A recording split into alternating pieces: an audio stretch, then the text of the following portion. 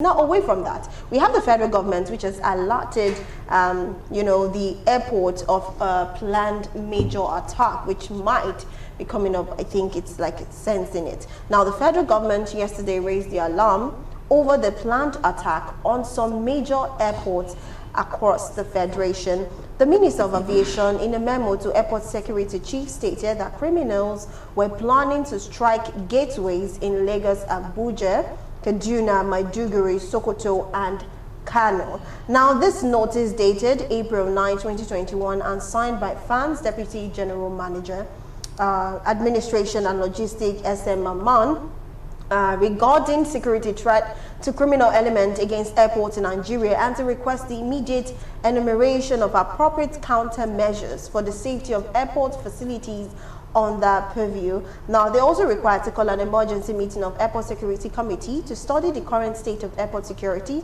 jointly recommend corrective steps, and share responsibilities for successful implementation. Now, talking about this attack on major airports, well, this is something I think it's good, even if we are not sensing it. This attack is something that could actually happen, because why? If you notice, at first, a lot of people were thinking this gunmen attacks and terrorism is not going to get to the southeast and to the southwest. But right now, it is hitting these two spots. And of course, we are not certain if it will not get to Lagos and all these major places where we have a lot of population. But what would you say about this? This is a good move, but what's your take? What is good about it? Because I think suddenly the government is telling us that they received an information that some disgruntled hoodlums want to attack the airports, and they're making so much noise about it, and you're telling me that it is good. The government should be taking countermeasures right now. They shouldn't be telling us, this is not what we want to be hearing. After all, we saw what happened in Owerri, about a week or two now. We've heard different stories, where the former DSS director said that, information was made available to government, was made available to security agencies. So what did they do? This whole thing shows the mediocrity in governance in this country. That is what it simply shows. Okay. And I keep asking myself, what will it take, the government to identify? I mean, these hoodlums are not faceless. Whoever they are not faceless. They're human beings. They gather, they have a meeting, they plan. So how come, what is wrong with our intel as a nation? What is wrong with our intel? A few weeks back, we heard that an Air Force aircraft, suddenly disappeared or whatever happened. Boko Haram came out and claimed responsibility. Federal government came out and defended them that they're not responsible. And then it happened in Imo State. The former retired IG came out and said it was IPOB and ESN, which was the position of the federal government. The governor said, no, these are my political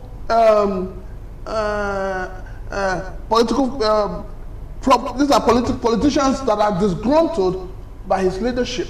Now, this is how many weeks down the line? Who has been arrested? Who has been tried? So it just looks as if the country is on a roller coaster. We're just there. We're just waiting for, Nigeria is sitting on a keg of gunpowder waiting to explode.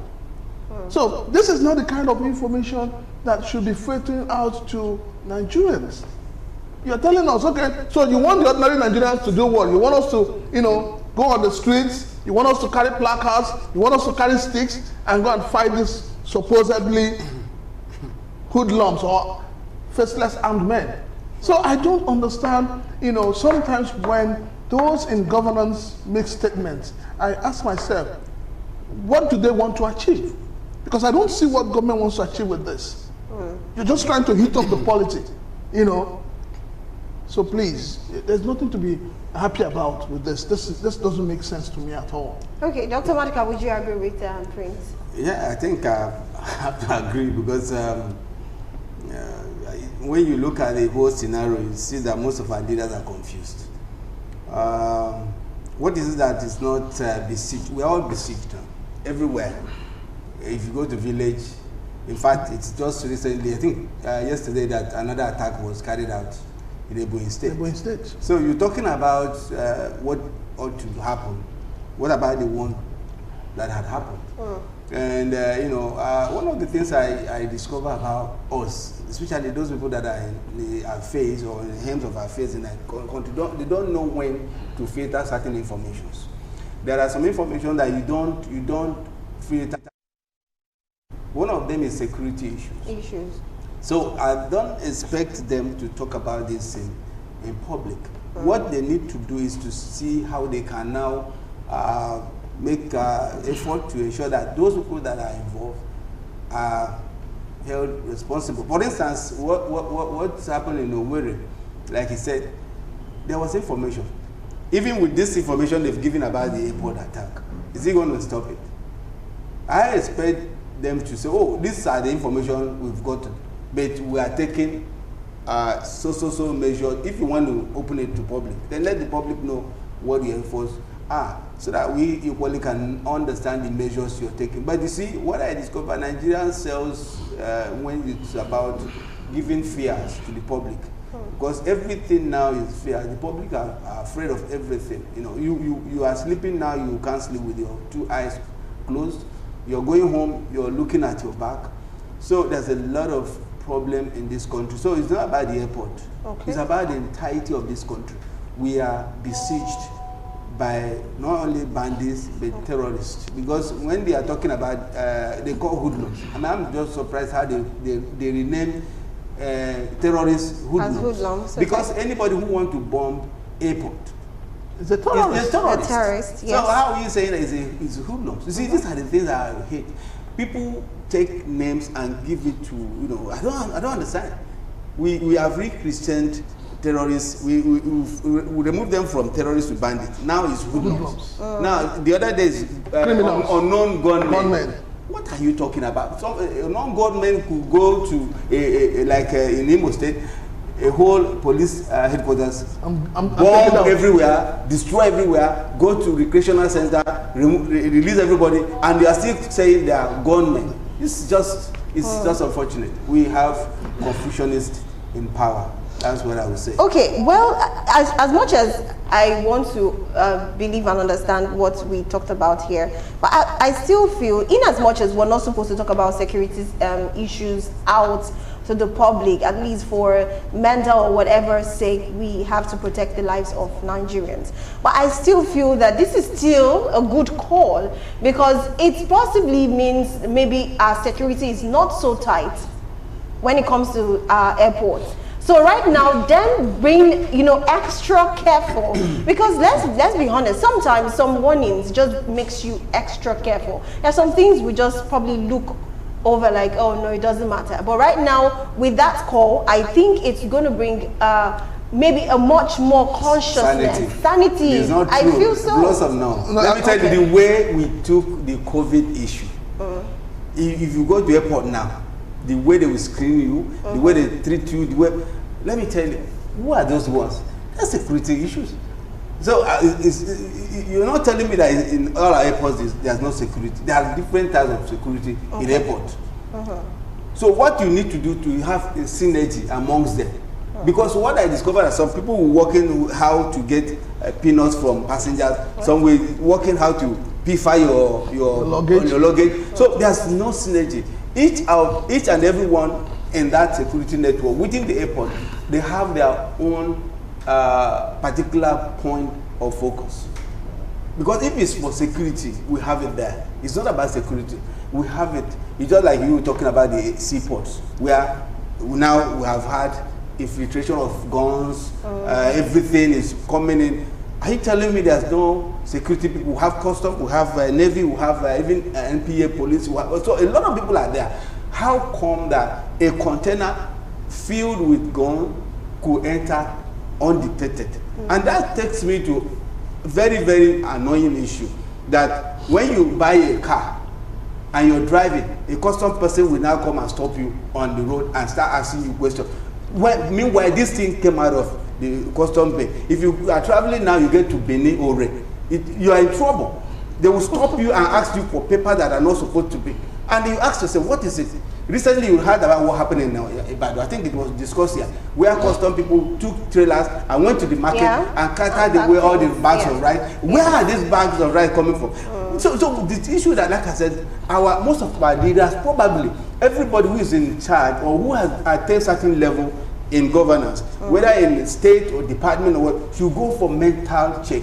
Because sometimes you discover that these people are they even humans? Because these things pass through the border where you have security men who ought to stop it. Then you are coming inside the town to terrorize people who have used their money to buy the goods. So you ask yourself, what is happening? You travel abroad, nobody can. You can drive 10 years, nobody will stop you on the road, except when you have any traffic offense. That's when license. But here, every day you are terrorized by the security people you are paying, because they are being paid by my tax.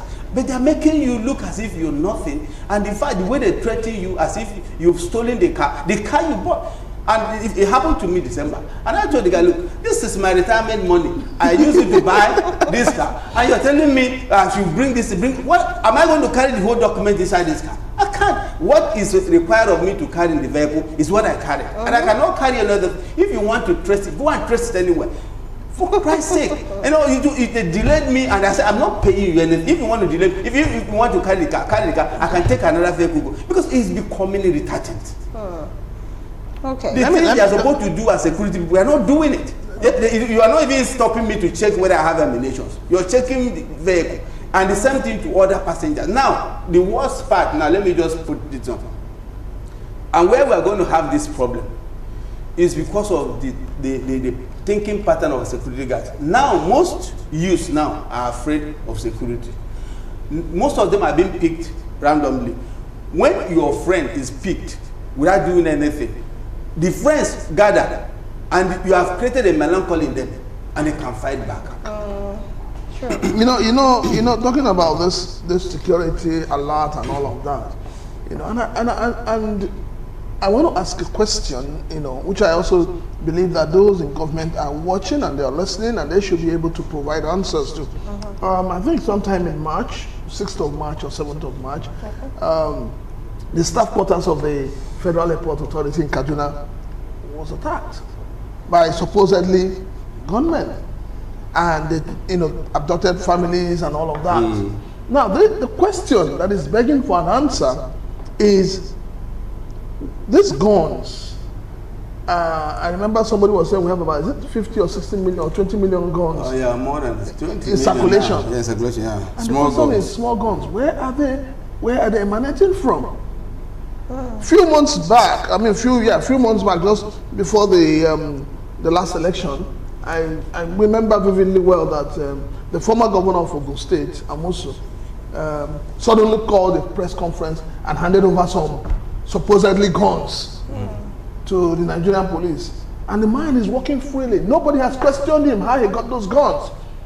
Because I know that there is no governor in Nigeria that is allowed to import guns. So how did the guns come in? All of a sudden, he gave about 1,000 or 2,000 guns with several live ammunitions to the Nigerian police. So where did they come from? The issue on ground, the issue of security on ground, is that those who have elected, I keep saying it, those who have elected as leaders have suddenly become lords. So for them, the laws are not meant for them. The laws are meant for those who have elected them. And until we change our electoral process, we need to change it. Until we change our electoral process, until we take a holistic look at that document called the 1999 Constitution, all these things will continue to happen. And agitations will continue to be there. And these agitations for self-actualization is getting very loud. We cannot deny it anymore. We cannot hide it. It is getting loud. And the things that are happening in recent times is a pointer to that. And the government should be proactive in thinking. The government should act proactively. Because these things are really, nobody is secured in this country anymore. Everybody is scared. Everybody is scared. So, now, creating this alert, one, the airlines will suffer because people will stop going by air. Yeah. That's the truth. People will stop going by air. Two, you will find out that there will be more than necessary security men at the airport basically doing nothing. Even to drive into the airport, there are checkpoints, several checkpoints. What do they check? It's not just creating a traffic. You need to check. What do they check? What equipment do they even have to check what is inside the vehicle? They don't do any check. They just create unnecessary traffic, suffer Nigerians unnecessarily, and that's all. Yeah, in addition to that, you know, the world is going digital. I always say this, and I've said it, I've presented a paper to this particular issue. As of today, the world is getting out of manual logic. What I mean by manual logic is, you know, issue of contact, physical contact. There are digital cameras, there are every other thing you can, dictative equipment you can use now. You don't need anybody on the road. For instance, in Lagos State here, if they want to make money, if I was telling somebody the other day, if Lagos State want to make money, they can make millions or billions of naira from just illegal parking alone in this Lagos. And how do they do it?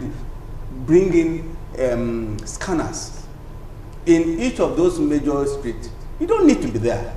Immediately somebody park, it picks the camera, it picks the plate number, and the next day they knock on your door and just give you nothing. No. You see, this physical contact is what is creating this problem. Like in airports, if you travel out, you see that in airport, every place, every nook and cranny has a CCTV. And if you commit anything, forget it. They'll pick you up. Something happened to us. One of my friends, we traveled to Dubai. We were coming out, so he forgot his handset in a taxi that we came in. We were saying, "Wow!" We rushed to the police there. They said, "Don't worry." That what time? We told them the time. They just brought in their equipment, and then we are seeing the vehicles there, and then we saw ourselves drop on the racing, and then they zoom in the plate number and give it, and they call the person, and the person yes he saw the this, and then they trace it back to that police station in that Dubai mall. Went back there. When they got it, because they collected our number. When they got it, they called us, and we came there and picked it. Amazing. As simple as something. Why can't we replicate certain things here that look human in this country, for Christ's sake? Let's do away with this issue of these roadblocks and whatever. And you see, another problem is that, like he says, it's not only the leaders that feel bossy. When a policeman has a gun, or custom person has a gun, you feel that he owns you. So he behaves abnormal. But you don't know that that thing you are holding is to protect that person you are trying to intimidate. Until we come to that realization, I don't know whether they go for orientation courses. If they do, they should be able to tell them there's the difference between when you are fighting an armed robber and when you are discussing with a citizen. Okay. No, sorry. You know, see, doctor. Very quickly. You see, like I've observed, and it is painful. The solution to all this thing is also lying with the people, the Nigerian people. Okay, how do you mean? We need to stop this whole thing of glorifying those in power. When a governor constructs 33-kilometer road, he gathers the whole state to commission it. It is absolutely not necessary. A local government chairman will go to somewhere, drill a borehole, he put his picture on it, and people are rejoicing. He is doing what he has been voted in to do. We need to change that mindset. But thank God for Governor Zolu.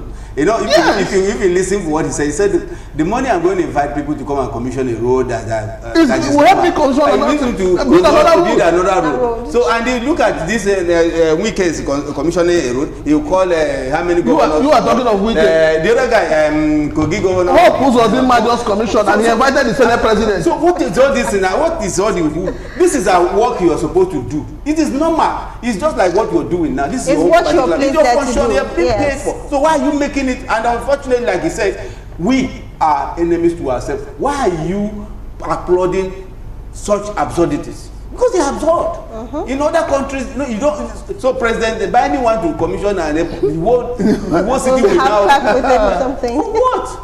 Okay.